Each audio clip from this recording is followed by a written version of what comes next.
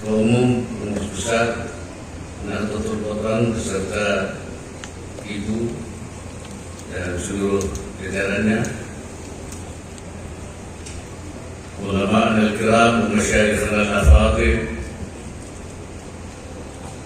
nahdliyin dan nahdliyat, santriyin dan santriyat, hadirin dan hadirat yang saya muliakan.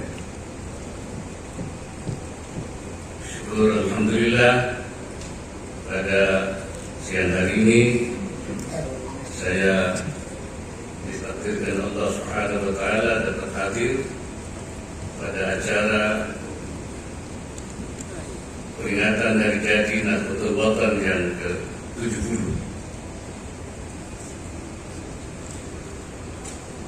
Lalu pada tahun 2022 yang lalu saya hadir pada peringatan Hari Jadi secara virtual. Alhamdulillah kali ini saya bisa berkesempatan hadir secara langsung.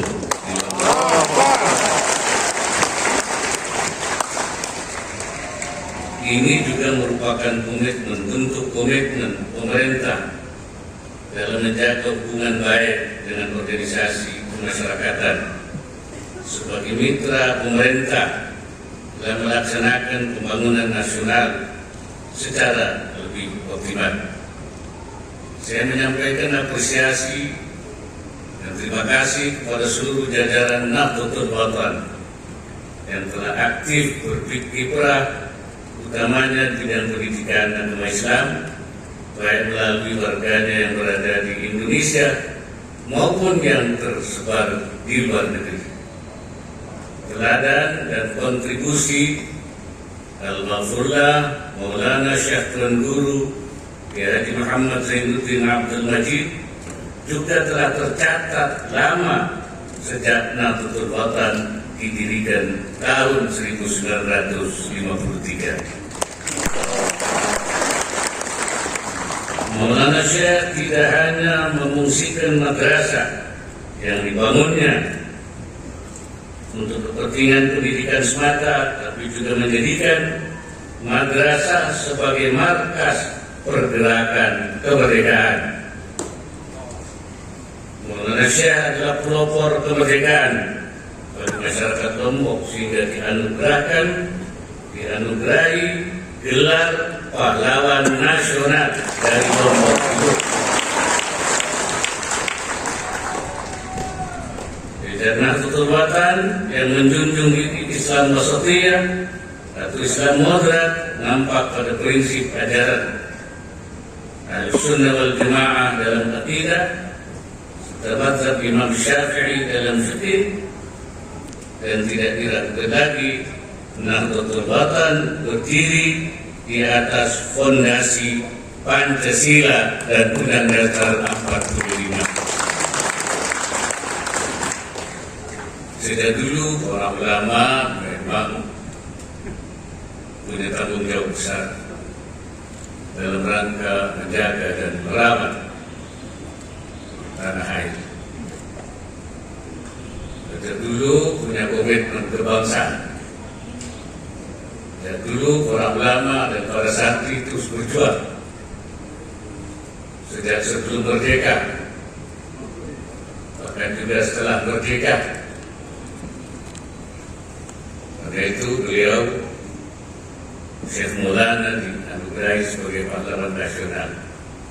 Bagi kita tentu kewajiban kita adalah menjaga tanah air, hifdzul watan. Para ulama dulu menyebut sebagai maqasidil ammah syariah Islamiyah itu ada 5 hifdzul, yaitu hifdzul din, menjaga agama, kemudian juga hifdzul akal, hifdzul nafas, menjaga jiwa, hifdzul akal, menjaga akal, hifdzul nasl, menjaga keturunan, hifdzul mal, dan menjaga harta. Ulama mutaakhirin menambah satu hifdzul, Jadi kalau dulu itu adalah 5 maqasid syariah itu, maka sekarang ditambah 1 lagi, hifdzul watan, yaitu menjaga tanah air. Kalau saja menjaga harta, menjaga jiwa, itu merupakan salah satu dari maqasidil amal syariah Islamiyah. Hifdzul watan adalah menjaga banyak hal, menjaga harta, menjaga keturunan, dan juga menjaga jiwa dari berbagai bencana dan lain sebagainya. Karena itu ulama mutaakhirin tidak lagi menjadi 5 tapi menjadi 6. Karena itu dari dulu memang ulama terus membangun. Hadirin sekalian, saya sangat mengapresiasi terutama dalam masalah penyiapan sumber daya manusia melalui kegiatan pendidikan. Karena kalau kita ingin membangun peradaban, ingin memajukan, ingin melakukan perbaikan, karena perbaikan itu memang tugas para ulama. Al-Islah adalah khitah nabawiyah, tugas Nabi, khatwah nabawiyah, langkah-langkah para Nabi. Seperti dikatakan oleh Nabi Allah Shu'aib yang mengatakan, in uridu illa al-islah, saya tidak menghendaki kecuali perbaikan, mastata'tu wa ma taufiqi illa billah. Oleh karena itu tugas para ulama, lembaga seperti Nahdlatul Watan itu terus melakukan perbaikan seperti yang dilakukan dalam semua hal, aqidatan, baik yang menyangkut diniyatan, masalah keagamaan, maupun ijtimaiyatan, masalah kemasyarakatan, politik, ekonomi, sosial, dan budaya. Perbaikan itu harus dilakukan secara berkelanjutan, sustainable. Kalau orang mengatakan development, sustainable development, pembangunan yang berkelanjutan. Bila kita menyebutnya itu perbaikan yang berkelanjutan, continuous improvement, perbaikan yang berkelanjutan yang tidak pernah berhenti. Karena itu saya menyebutnya sebagai satu gerakan al-islah ila ma huwal aslah thumma al-aslah fal aslah. Melakukan perbaikan pada yang lebih baik secara berkelanjutan. Karena aslah itu tidak akan pernah berhenti. Hari ini aslah, besok tidak lagi. Ada lagi yang lebih aslah. Besok ada aslah, besoknya lagi tidak aslah lagi. Karena itu kita untuk terus melakukan al-islah ila ma huwal aslah, itu sesuatu yang tidak pernah berhenti. Islahiyah, istimrariyah, yaitu islah yang berkelanjutan, atau istimrarul islah, yang melakukan perbaikan yang berkelanjutan. Untuk itu memang diperlukan sumber daya manusia yang handal melalui pendidikan. Saya memberikan apresiasi terhadap pendidikan yang sudah dilakukan oleh Nahdlatul Watan selama ini. Ada 2 hal yang menurut saya perlu disiapkan. Yang pertama adalah yaitu yang menguasai agama, yaitu yang mutafaqqihina fiddin. Mutafaqqihina fiddin sebaiknya tidak hanya kita siapkan yang bisa hanya membaca kitab-kitab kuning, yang membaca al-kutubul mu'tabarah, tapi juga bisa menyikapi hal-hal yang baru yang belum ada di kutubul mu'tabarah. Sekarang ini banyak masail jadi dan masail baru yang dulu tidak ada. yang 100 tahun itu yang tidak ada di dalam kitab-kitab itu. Bahkan ada juga yang dulu ada, sekarang mengalami perubahan. Orang menyebutnya masail mustajaddah, karena ada masail jadidah, ada masail mustajaddah, maka perlu orang-orang yang mutafaqihina fiddin yang bisa merespon. Mungkin bahasa yang dipakai orang bisa berijtihad terhadap masalah-masalah baik itu jadidah maupun masalah mustajaddah. Saya kira itu perlu kita siapkan. Karena memang kata Imam Al-Haramain, Imam Al-Juwaini, bahwa masalah-masalah ijtihad itu lebih besar. Fa inna ma'dham syariah, kata beliau, sadara min al-ijtihad. Kebanyakan syariah itu ijtihad.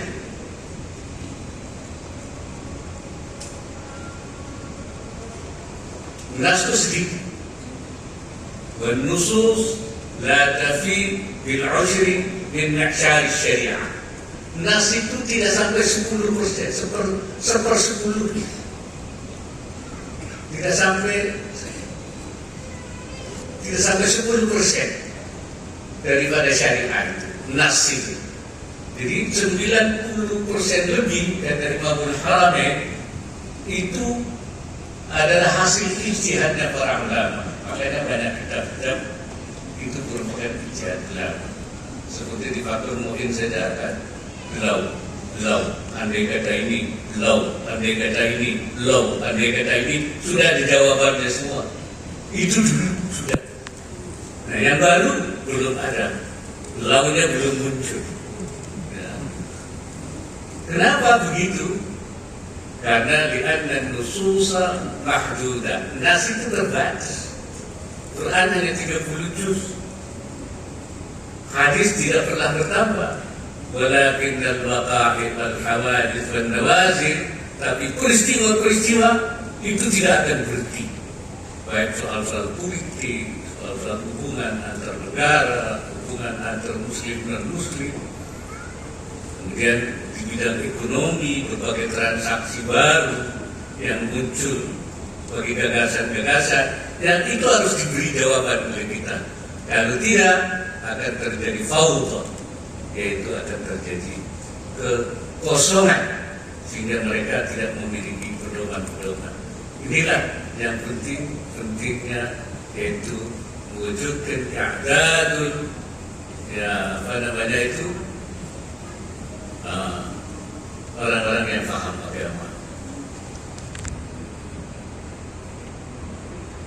I'dadul mutafaqihina fiddin, yang lebih dari sekedar mampu membaca kitab, tapi bisa merespon berbagai masalah. Ya. Jadi kalau Imam Al-Haramain mengatakan, Imam Al-Haramain itu hidup antara 478 Hijriah. Sekarang sudah 1004. Artinya Imam Al-Haramain mengatakan bahwa nas kurang dari 10%, 90% lebih itu hasil ijtihad. Itu 1000 tahun yang lalu. Itu 1000 tahun yang lalu. Andai kata sekarang, berarti sudah lebih banyak lagi. Berarti tidak hanya 10%, mungkin lebih kurang lagi. Sehingga pentingnya ada ijtihad dari para ulama untuk menyikapi itu. Itu saya kira, dan saya dengar di sini sudah ada perguruan tinggi. Ya, insya Allah melalui perguruan tinggi itu akan. Yang kedua yang juga perlu disiapkan adalah al-mu'ammirin al-ardh, yang memakmurkan bumi. Ya. Tapi saya dengar ada kata-kata memakmurkan. Karena memang Allah Subhanahu wa Ta'ala mengatakan, wa ansha'akum minal ardi wasta'marakum fiha. Dialah Allah yang menjadikan kamu dari tanah dan meminta kamu untuk memakmurkan tanah.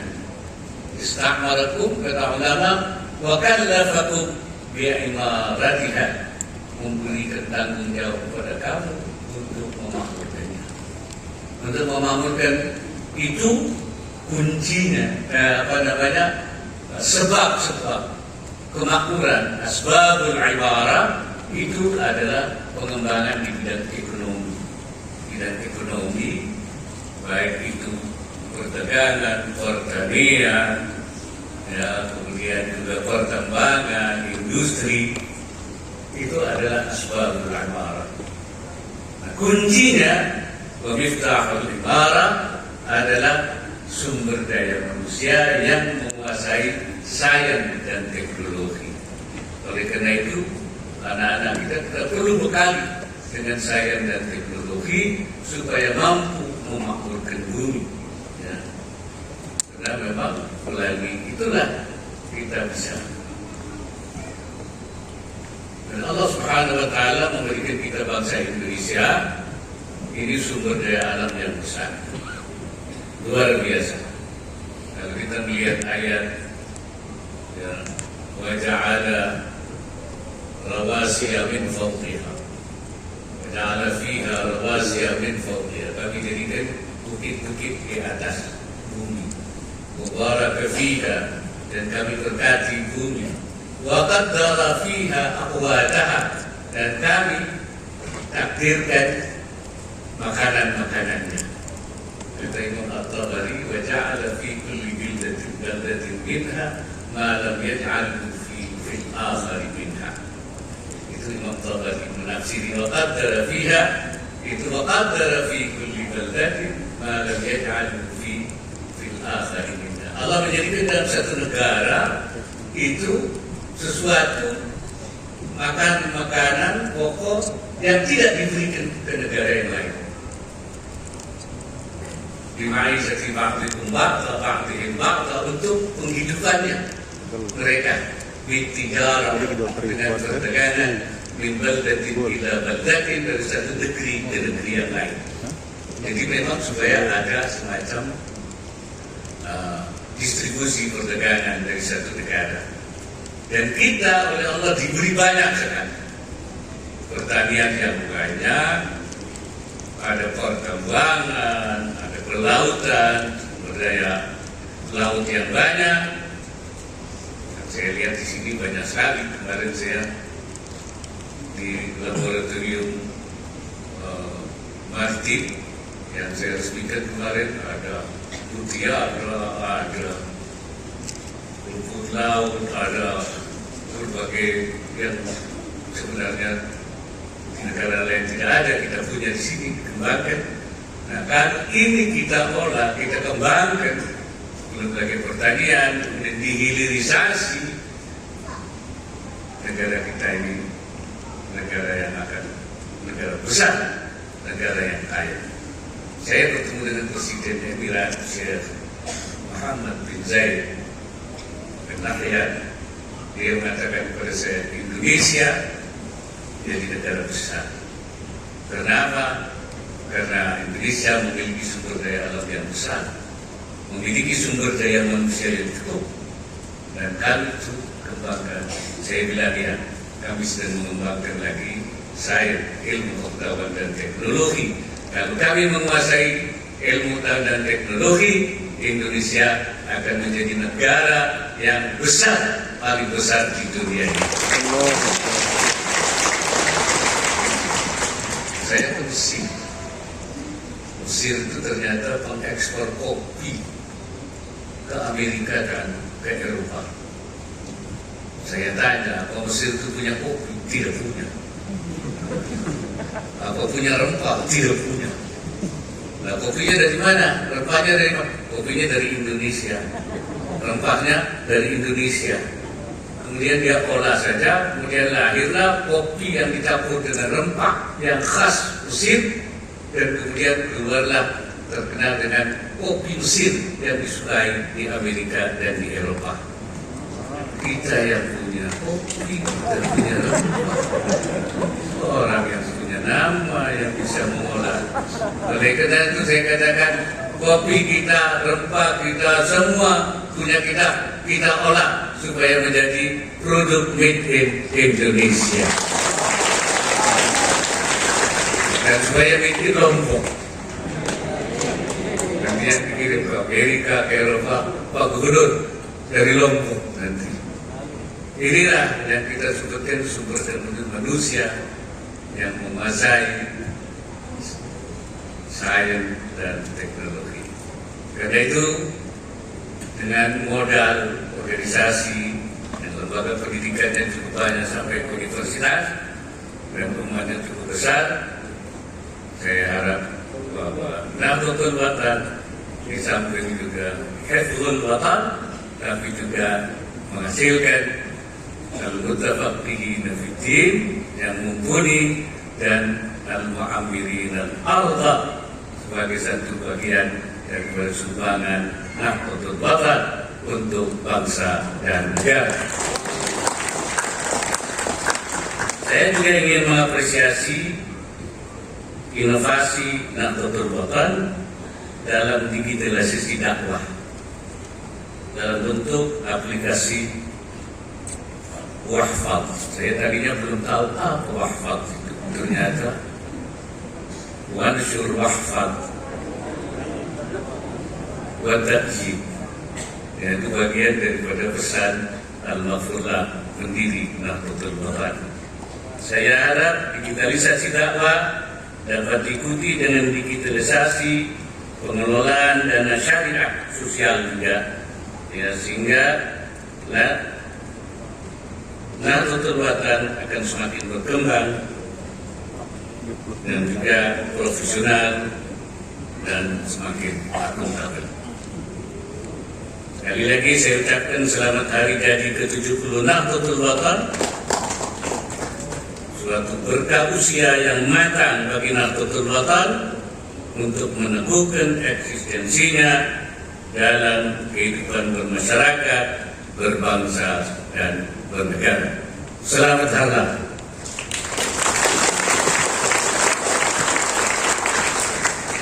Akhirnya dengan mengucap Bismillahirrahmanirrahim, aplikasi Wahfad secara resmi saya nyatakan diluncurkan.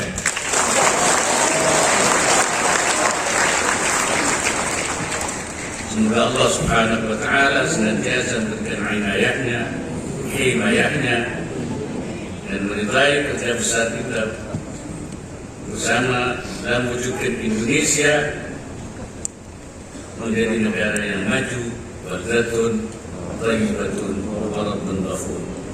Wallahu al-muwaffiq wal hadi ila sabilir rasyad. Wallahu al-muwaffiq ila aqwamit thariq. Wassalamualaikum warahmatullahi wabarakatuh.